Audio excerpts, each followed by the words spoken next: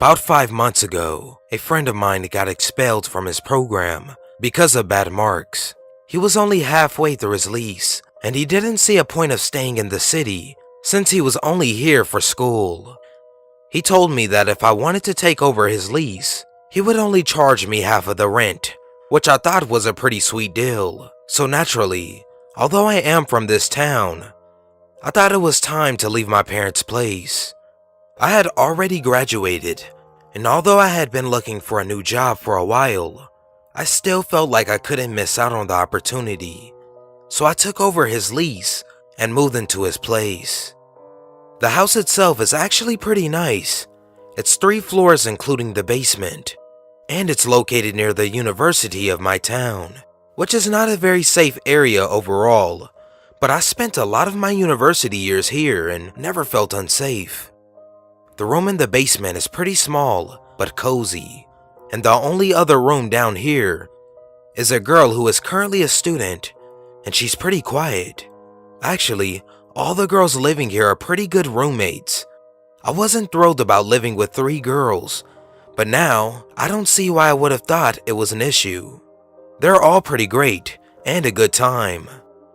I'm the only one in the house who is not a student, and also the only one who is originally from this town.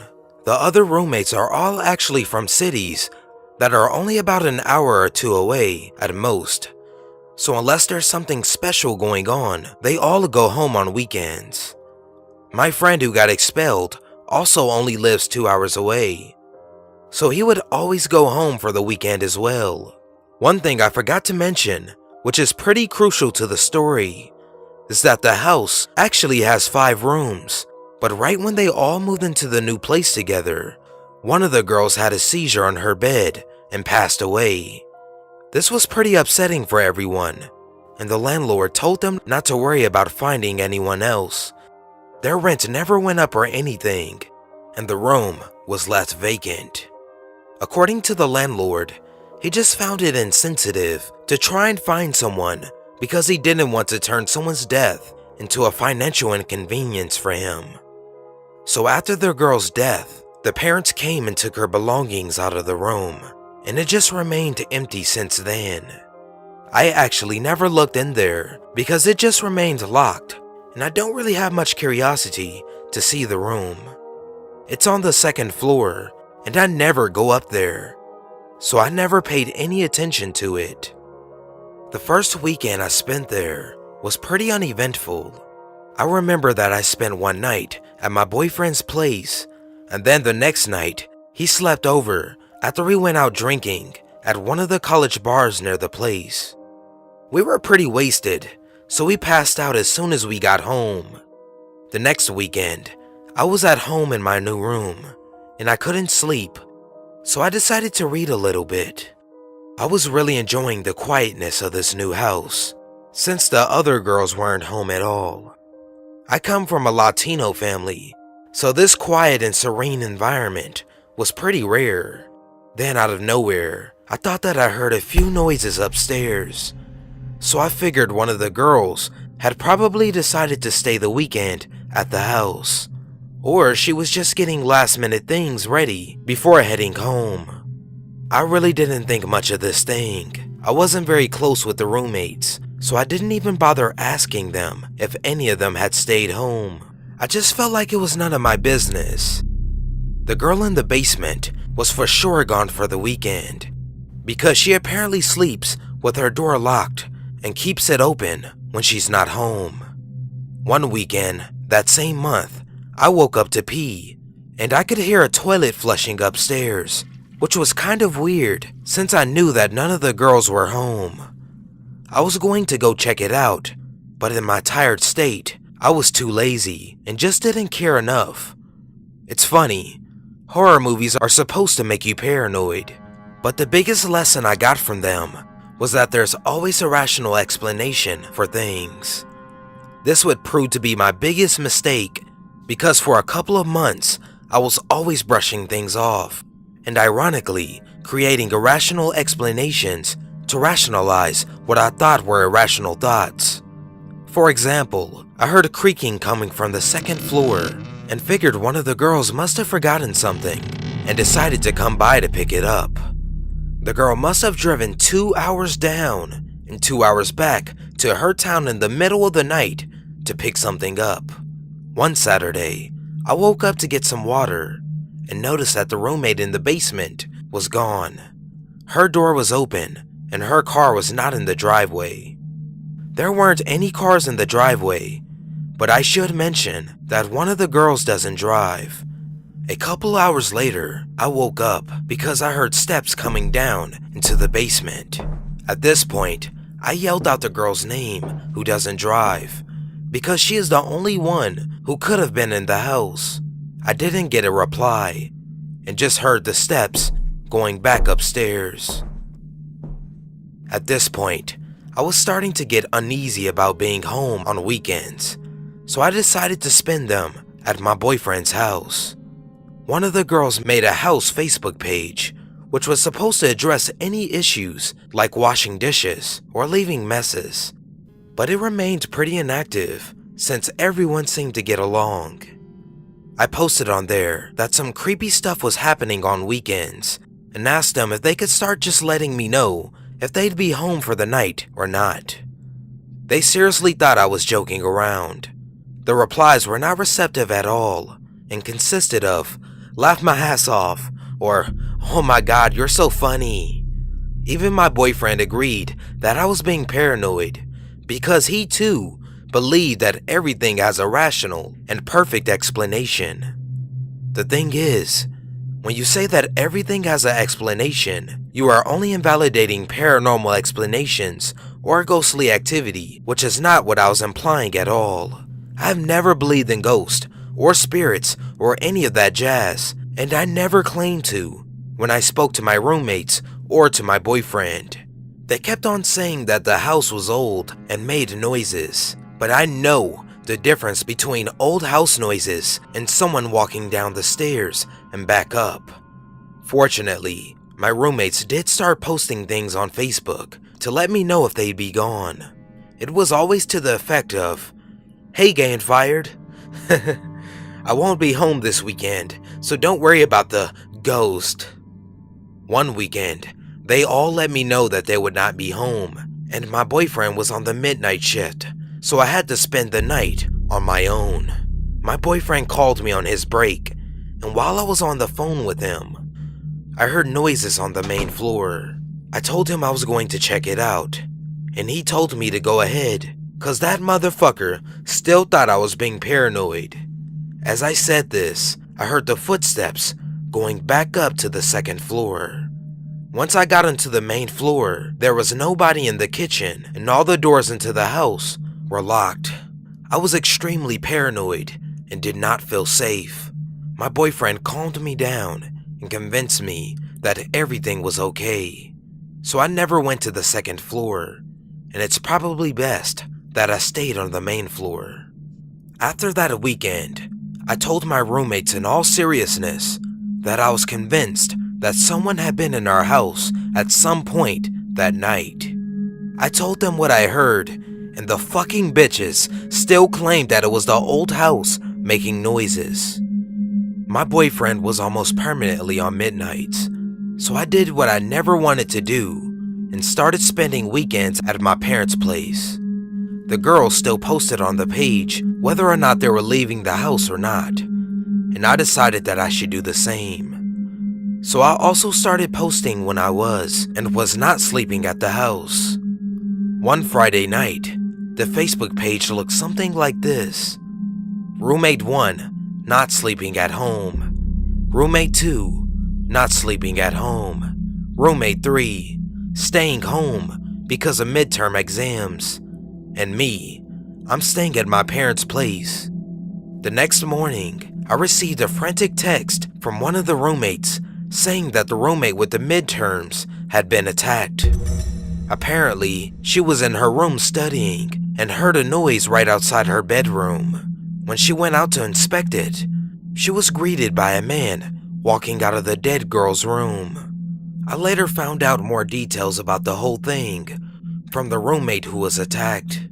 The man looked rough, greasy hair, and just a dirty, dirty face. When they made eye contact, he held his finger up to his mouth and uttered a shh while smiling. The nail on his finger was long, and his beard was apparently really scraggly and uneven, like it only grew on certain parts of his face. She screamed out of instinct, even though she knew there was nobody in the house. He lunged at her as she tried to shut the door. He growled and told her to shut her mouth and said something like, "I'm not gonna rape you, but shut your mouth." He beat her, but not completely unconscious, and then when he walked out of her room, he went downstairs and walked out the front door. So he left the dead girl's room unlocked. My roommate locked herself in her room and called the police, who were there immediately. What's pretty creepy about the whole thing is that when they inspected the dead girl's room, they kept asking for clarification. So nobody has lived in this room for how long? Nobody has been renting this room, right? Did the parents take everything after the girl passed away? The guy had a really sweet setup actually, and had brought his own small mattress to put over the bed frame. Obviously, the mattress was too small for the bed frame. He left most of his stuff because he probably didn't expect a confrontation that night. I don't think he knew she would be there that night, because she never was. It probably sucked for him when I moved in, because before me, the bastard had the whole house to himself 2 days a week. The police did ask me quite a lot of questions, and were very interested in hearing my statement about hearing footsteps at night. My 3 roommates and my friend are now convinced that maybe the girl didn't die the way they said she did, and maybe he murdered her. But I think the autopsy would have been able to distinguish a murder from a seizure. In their defense, the whole thing is really creepy. We're not really sure how long the guy had been living there, but it's very likely that it has been for at least a few months. The theory is that the guy has been climbing in through the window, so it's possible that he was even there at times when all of us were there. The police are really interested in talking to the landlord because they want to know how the man found out about the vacant room. The landlord is a pretty decent guy, so I don't know if there's anything going on there. I don't even feel an "I told you so" attitude from this whole thing. I think that I am just glad that the girl is okay, because she seemed pretty shaken up.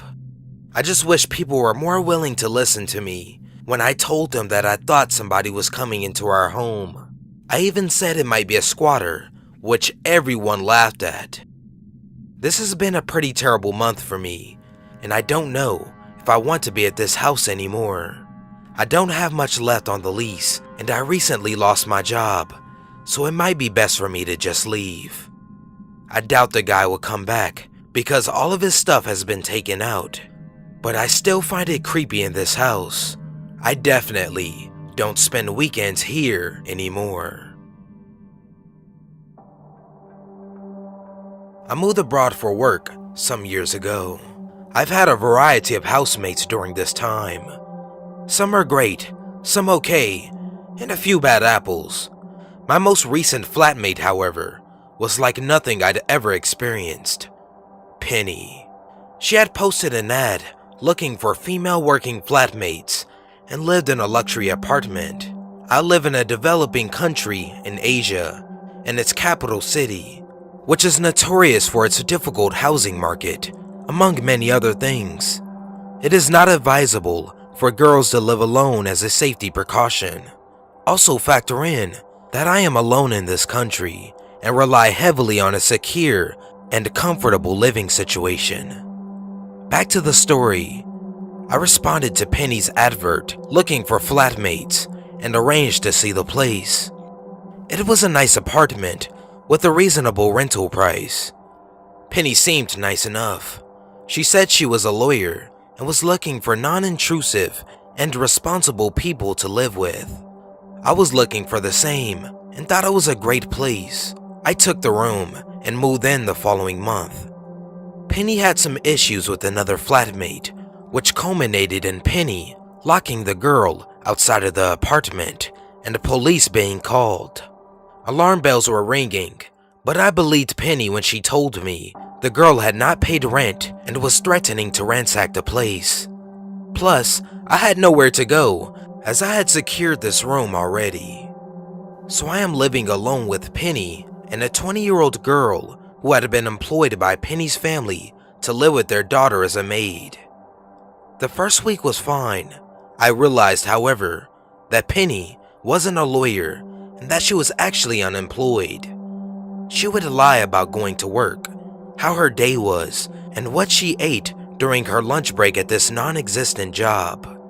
I knew she was lying because the maid told me that Penny was strange and never left the apartment.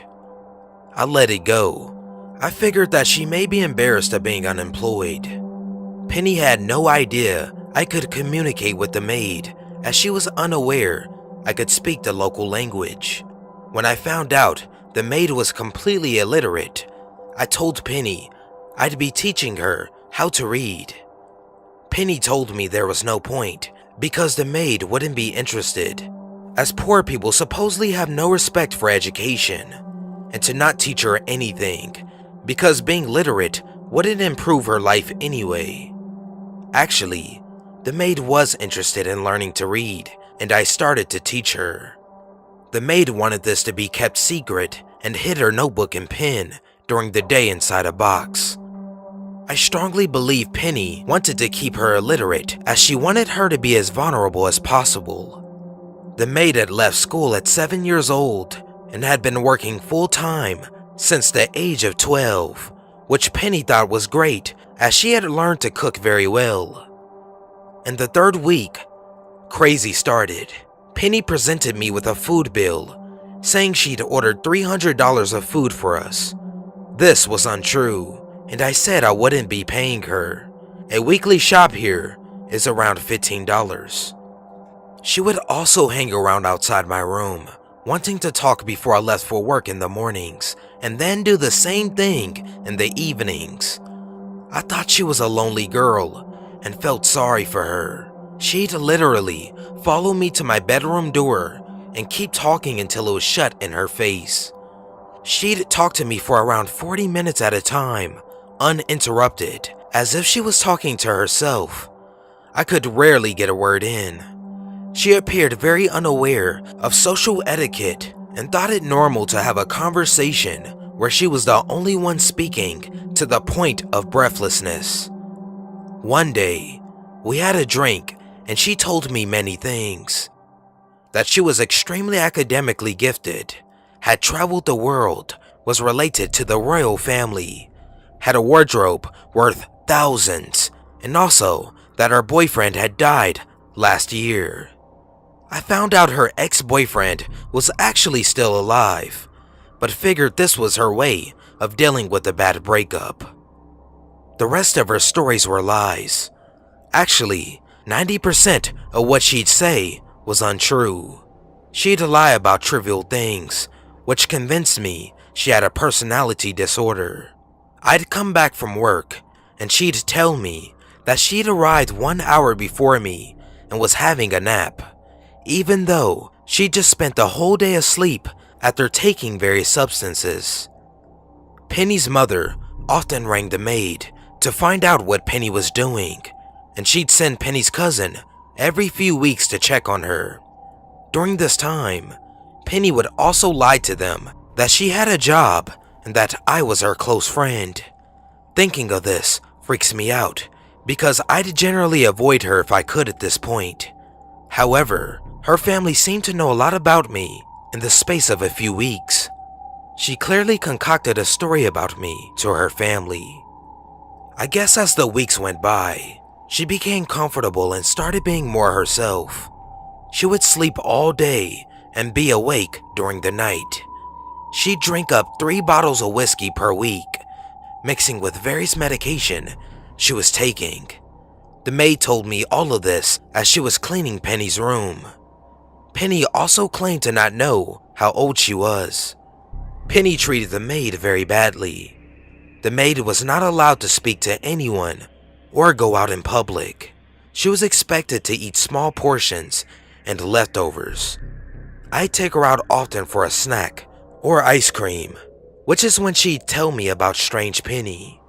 I was told the maid was earning $150 per month, a low wage by Western standards, but normal in this country. Penny included my share of this in my rent, so I was contributing $75 to her salary. I later found out that her wage was only $85, so Penny was knowingly giving this maid $10 per month to work for her full time for 10 a.m. to 1 a.m. working hours. She once berated her terribly for going to sleep at 1 a.m. and woke her up demanding she cook for her. Penny reasoned that poor people needed to be kept in check and that they weren't normal people. Penny had a pet dog who she seemed obsessed with and would spend hundreds of dollars weekly on him. She was paying $10 for her maid and $400 for her dog. In my 5 weeks there, that dog rarely left her bedroom. She would shit all over her bed and piss on her mattress. When she was questioned about the piss stain, she said it was water. It definitely wasn't. I thought she was engaging in bestiality, and the maid confided that she too thought Penny was indeed engaging in sexual relations with the dog. Her dog would randomly piss in the common areas, and on one occasion, Penny came out of her room and stood in the piss with her bare feet. She seemed totally unbothered by it. She also claimed her dog could speak to her. Penny would also eat my food often and then deny it, offering the explanation that it could be a ghost. Conversely, she'd claim that she was often starving because she had no access to food, even though she binged daily. I questioned her about my missing food, and she'd scream that she had no idea where it went and that I shouldn't use the fridge. The fact that she believed in her own delusions seriously freaked me out. She claimed that her friends used to live with her, even though I found no evidence of her ever living with others in that place. She hated for other girls to be described as attractive, as she was severely overweight and never showered. Her hair was knotted throughout, as she hadn't washed it in months. She'd also have the maid massage her often. During my time in that apartment, Penny never left the apartment building once. She just had her routine of sleeping, eating, drinking, and taking pills. She'd often pretend she'd gone somewhere. On a few occasions, she'd turn the lights and TV off in her room and stay silent for a few hours to make me believe she was out. She even made up an elaborate lie that she was taking some exams and pretended to be stressed on the day, even though she never actually had any exams. She seemed to include details in her lies to make them more realistic. It scared me that she did this so naturally. She displayed bouts of mania, where she'd spend hundreds of dollars on decorations, like plastic flowers and small figurines, and she'd be up at 5 a.m.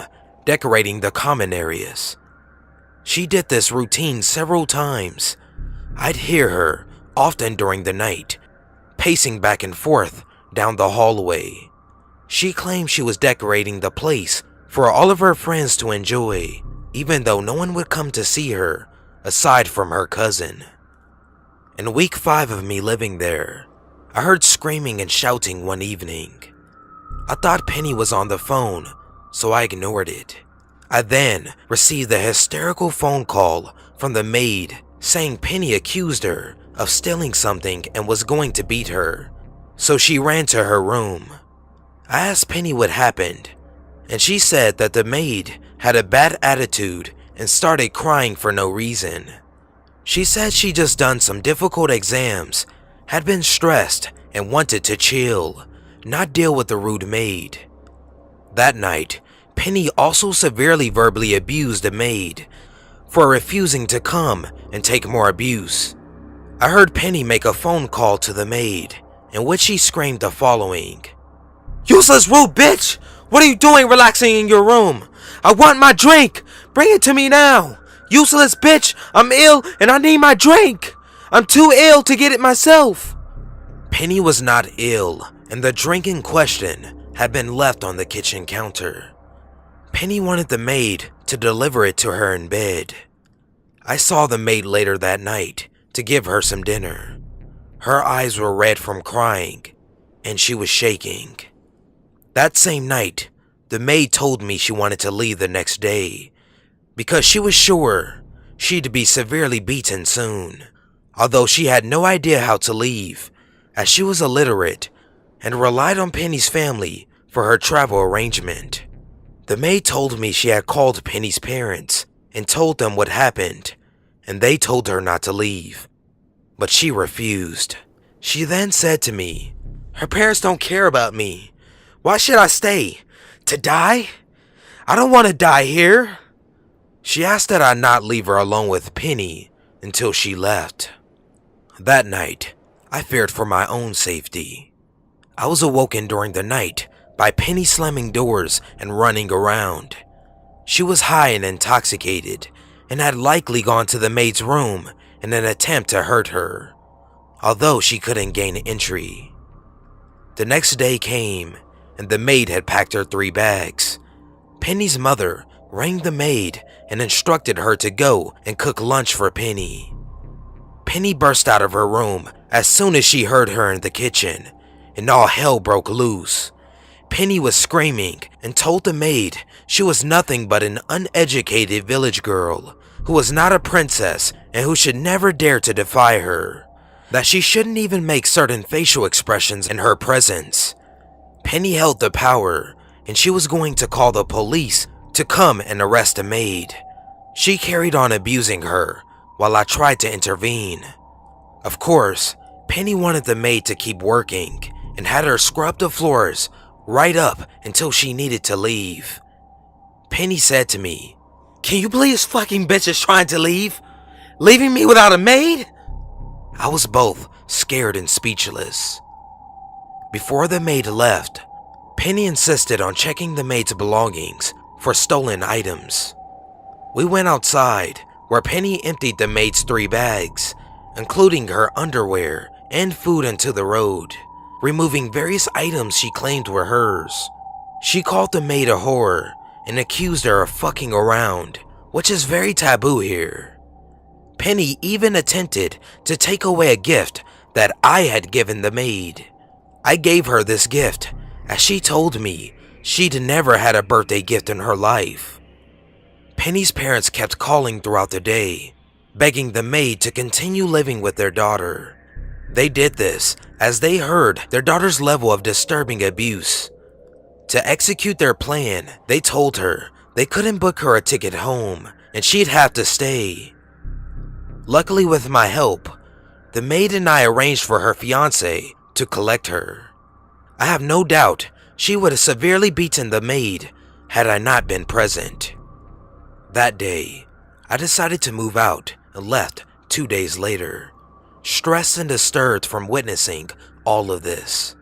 I hadn't seen Penny since the maid left, as she locked herself in her room. The night before I was leaving, I went to tell her I'd be moving out. I knocked on her door every hour for the entire evening, knowing she was inside. She pretended to be out again and turned her lights off, although I heard her dog barking. The next morning, I saw her, and she said that her friends had taken her out to cheer her up after what the maid did to her.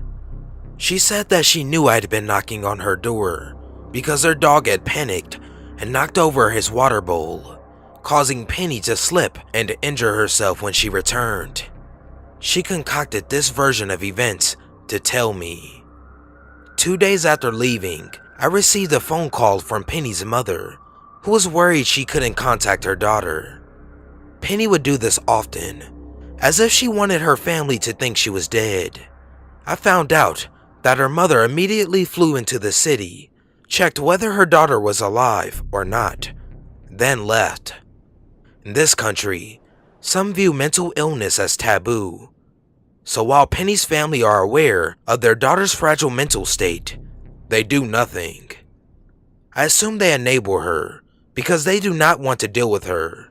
They allowed her to abuse a vulnerable girl from a poor family in the process, knowing the maid would have no option but to endure abuse. I assume another vulnerable girl has now been sent to live with Penny and is probably trapped, as the other girl had been.